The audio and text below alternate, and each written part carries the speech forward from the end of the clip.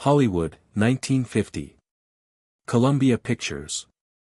A massive studio lot on Gower Street. One of the big 5 studios that controls the film industry. Powerful. Wealthy. Untouchable. Charles Buchinski is 29 years old. Fresh from Pennsylvania. Fresh from the coal mines and the war. He's been in Los Angeles for 3 months. Living in a boarding house that smells like mildew and broken dreams. Surviving on canned soup and stale bread. He's trying to become an actor. Trying to break into an industry that doesn't want him. Too ethnic. Too foreign looking. Too rough around the edges. But he keeps showing up. Keeps auditioning. Keeps hoping something will break his way. Columbia Pictures is casting extras for a Western. Background work. No lines. Just fill the frame. Make the town look populated. It pays $15 for a day's work. $15 is a fortune when you're living on nothing. Charles shows up at 5 in the morning. Joins a line of 100 other men hoping for the same work. They wait in the cold. The sun hasn't risen yet. Nobody talks. Everyone knows there aren't enough spots for everyone. This is competition. Silent and desperate. A casting assistant comes out at 6:30. Young guy. Maybe 25. Clipboard in hand. He walks down the line. Points at certain men. You. You. You. Not you. You. Not you. Quick decisions based on nothing more than how you look standing there. He reaches Charles. Looks him up and down. Pauses. Charles can see the hesitation. The casting assistant is trying to decide if Charles looks right. If he fits whatever image they need. The assistant asks where Charles is from. Charles says Pennsylvania. The assistant asks what he did before acting. Charles says coal miner. The assistant writes something on his clipboard. Says okay, you're in. Be in wardrobe by 7. Charles feels relief flood through him. $15. Food for a week. Rent for another few days. Maybe enough left over to buy a new shirt for auditions. He follows the other selected men into the studio. Wardrobe fits him with cowboy clothes. Hat. Boots. Vest. Gun belt with an empty holster. They don't give extras real guns. Just the appearance of guns. Everything in Hollywood is appearance. Very little is real. The assistant director gathers all the extras. Explains the scene. It's a street scene. Main characters will walk down the street talking. The extras need to look busy. Natural. Like a real town. Cross the street. Talk to each other. Go into buildings. Simple background work. They rehearse once. The extras practice moving naturally. Not looking at the camera. Not drawing attention. Just existing in the background while the stars do their work in the foreground. Charles has never done this before. But he watches the other extras. Follows their lead. Tries to blend in. The director calls action. The scene begins. Charles walks across the street. Tries to look natural. Like a real cowboy in a real town doing real cowboy things. Whatever those are. He's never been a cowboy. Never even seen one up close. But he does his best. They shoot the scene 5 times. Different angles. Different coverage. Each time, Charles does what he's told. Walks when they say walk. Stops when they say stop. Doesn't cause problems. Doesn't stand out. During lunch break, Charles sits alone. Eats the sandwich they provide.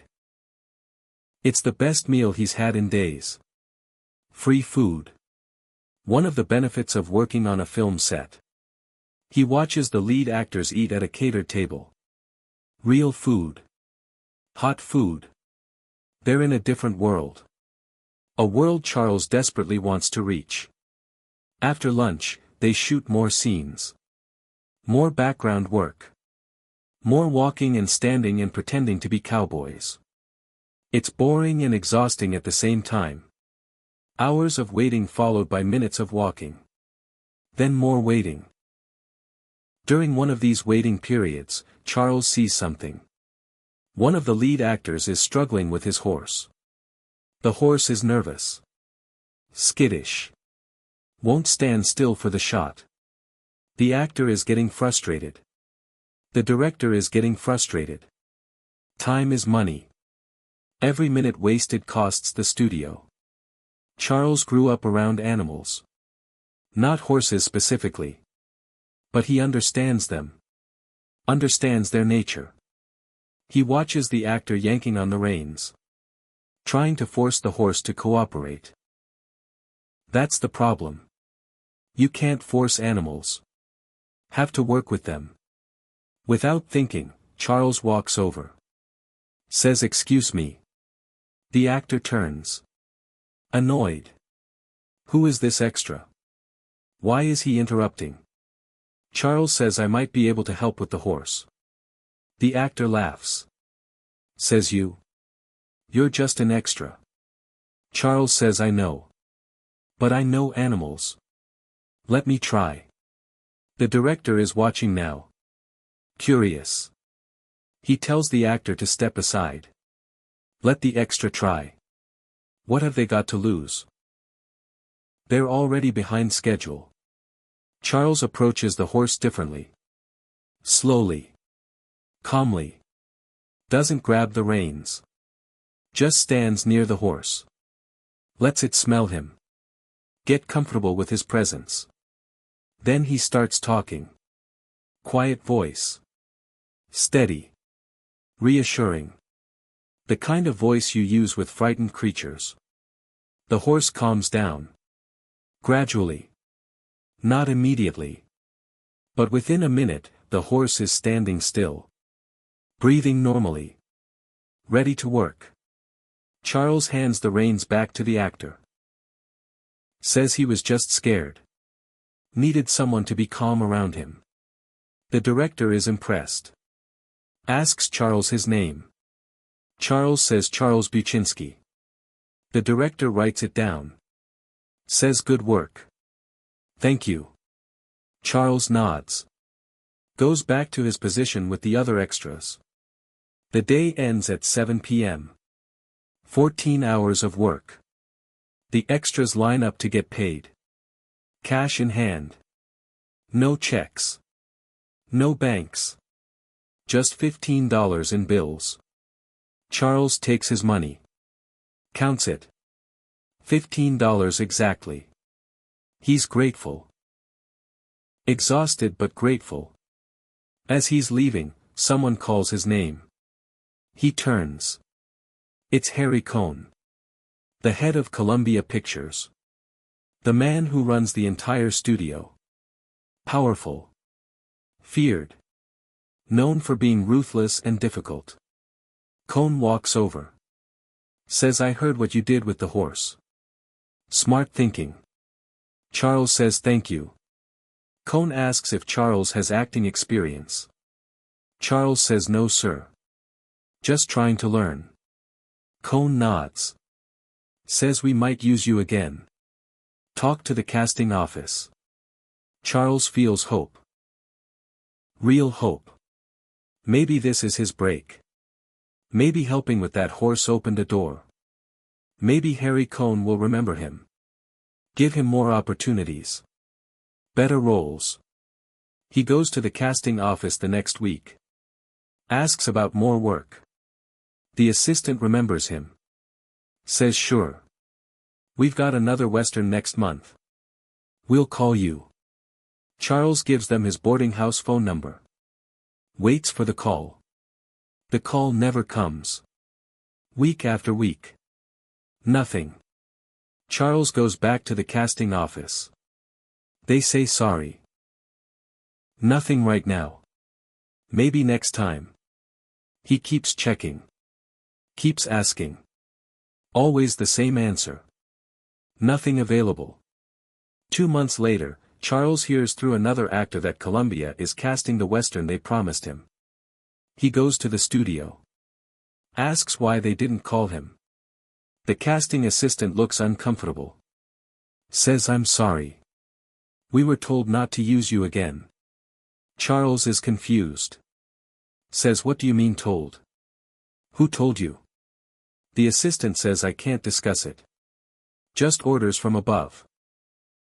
Charles asks to speak to whoever gave the orders.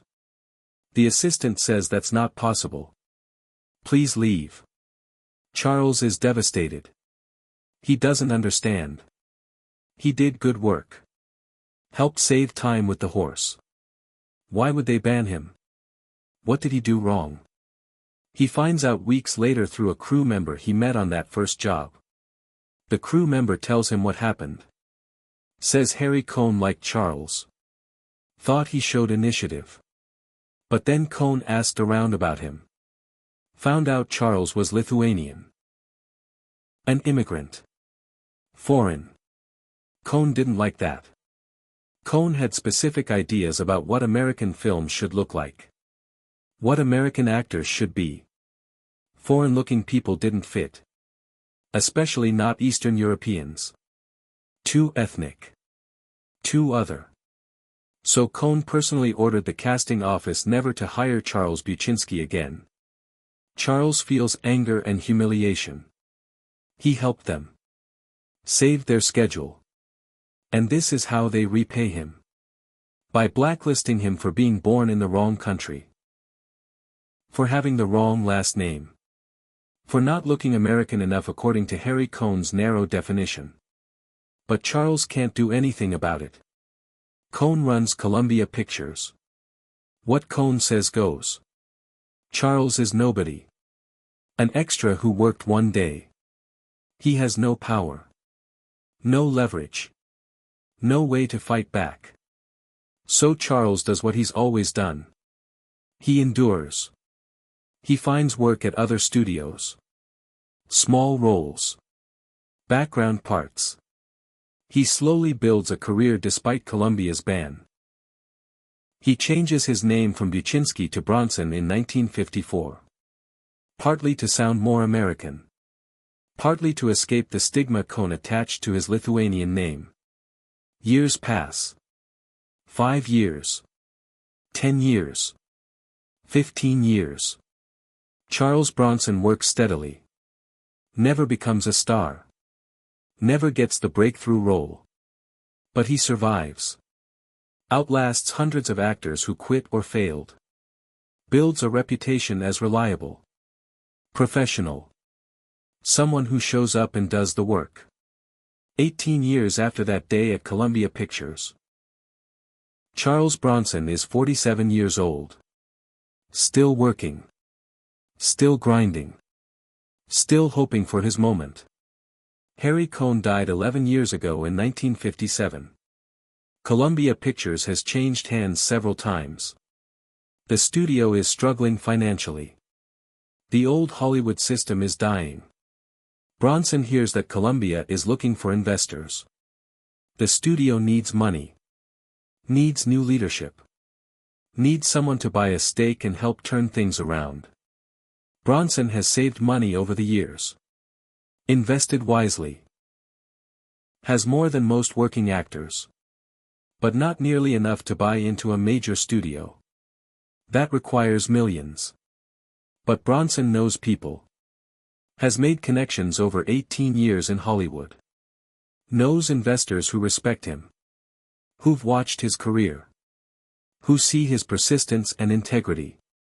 He puts together a group. Pools resources.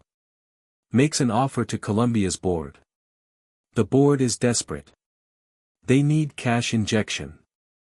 They're willing to consider non-traditional investors. People from outside the old studio system. The deal goes through. In 1969, Charles Bronson becomes a part owner of Columbia Pictures.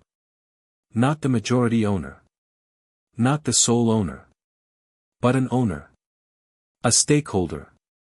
Someone with actual power over the studio that once banned him for being too foreign. Too Lithuanian. Too wrong. The irony isn't lost on Bronson.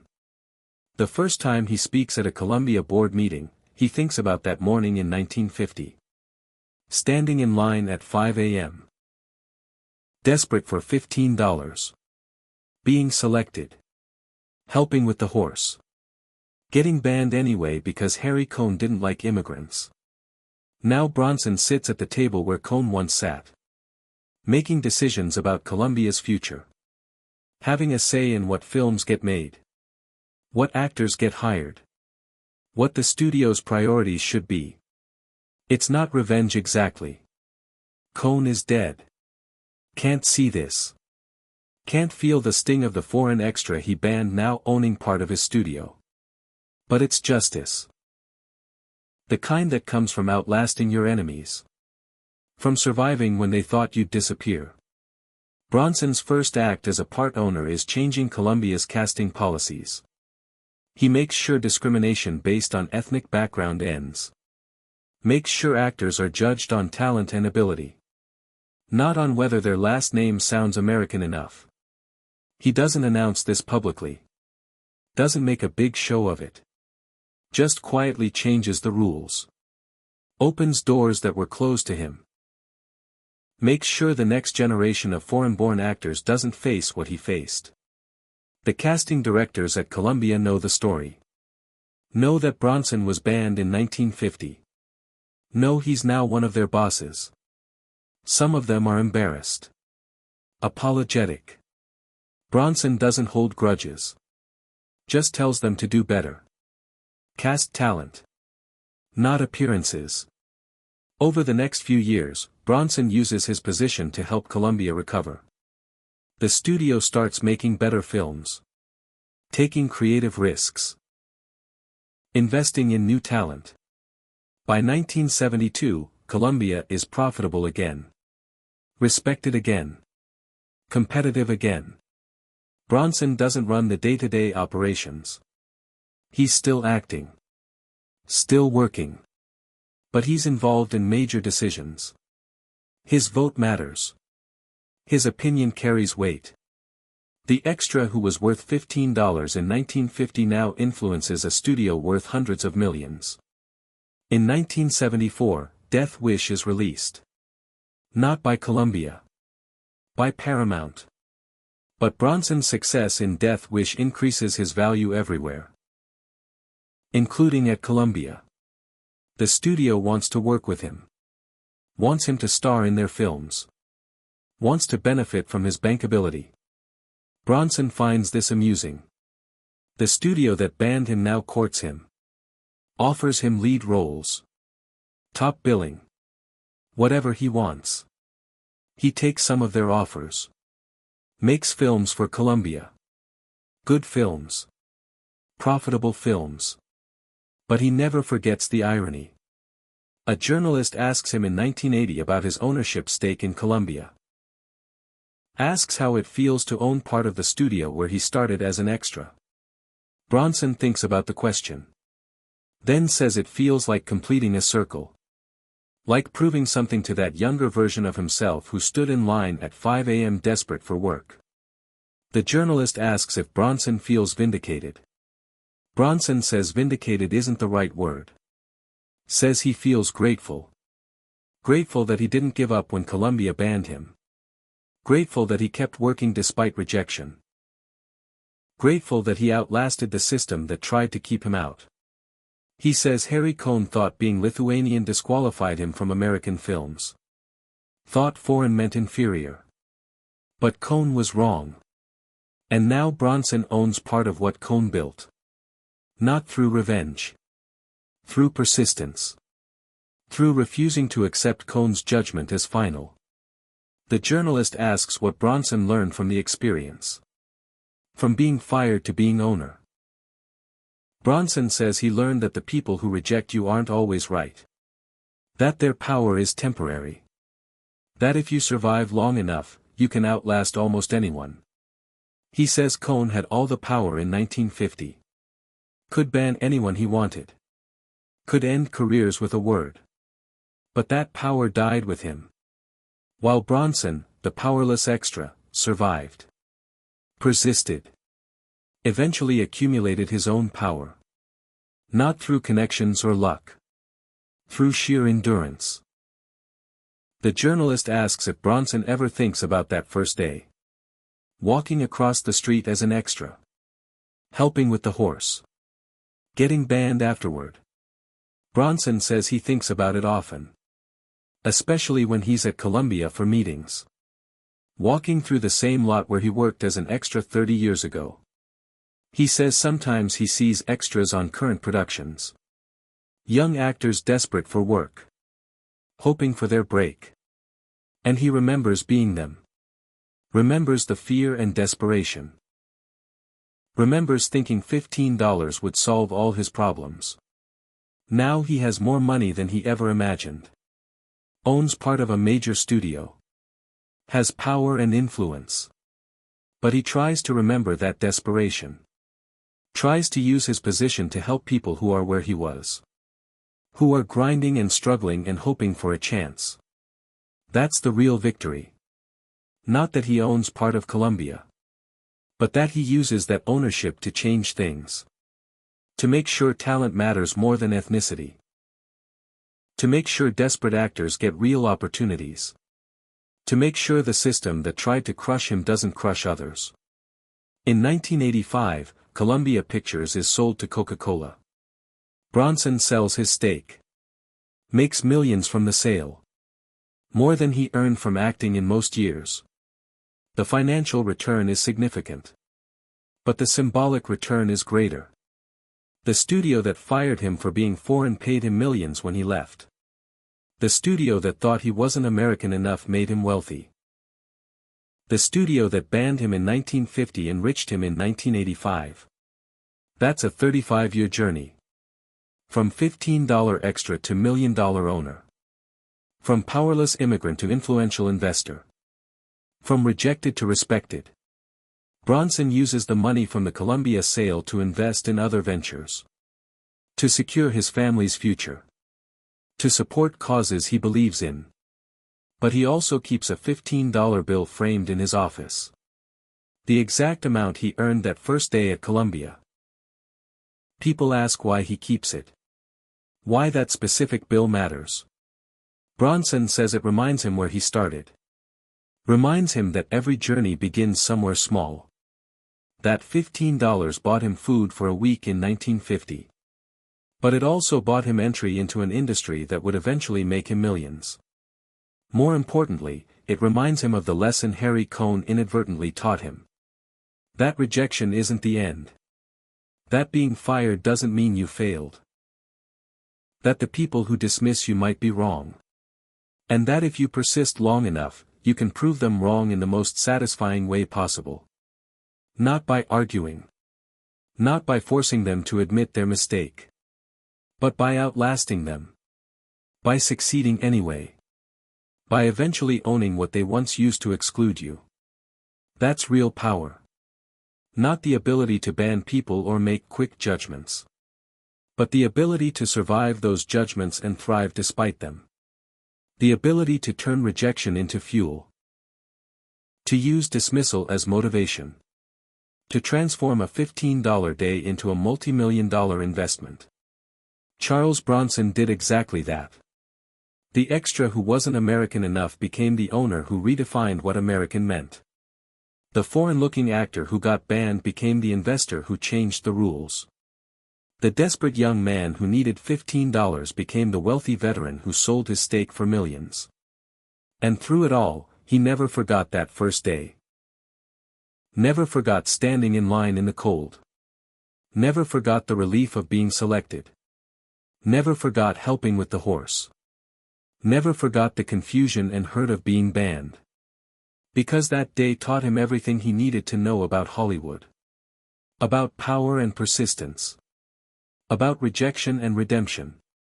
About how the people who seem untouchable eventually become irrelevant.